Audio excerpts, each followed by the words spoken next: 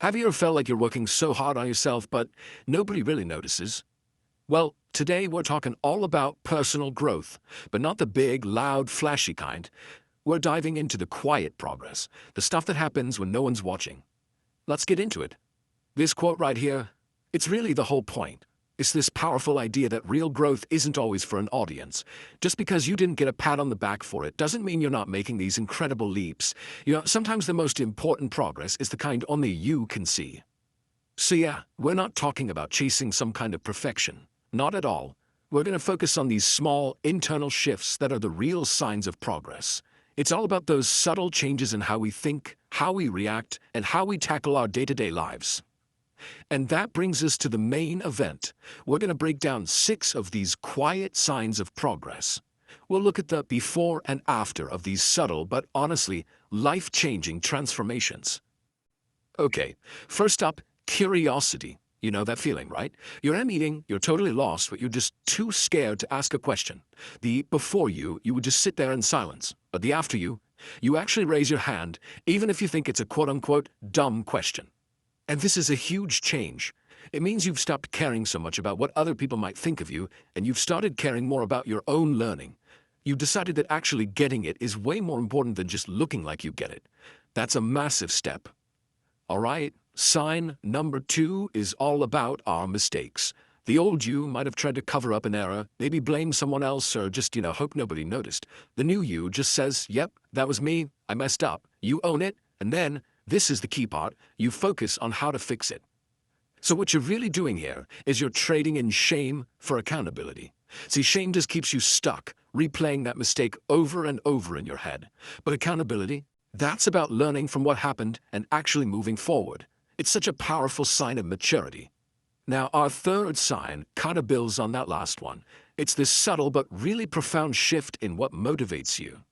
Before, your main goal might have been to just look smart.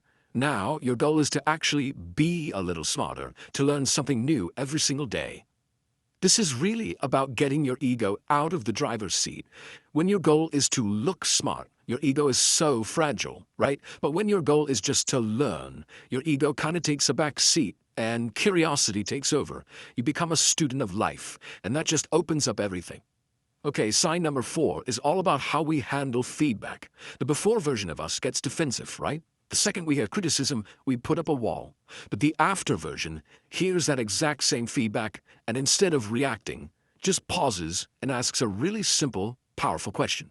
And that right there, that is the classic shift from a fixed mindset, where you think your talents are set in stone, to a growth mindset, where you see challenges and feedback as chances to get better. Seeing criticism not as an attack, but as just data for growth, that's a total game changer. Ooh, here's a big one for number 5.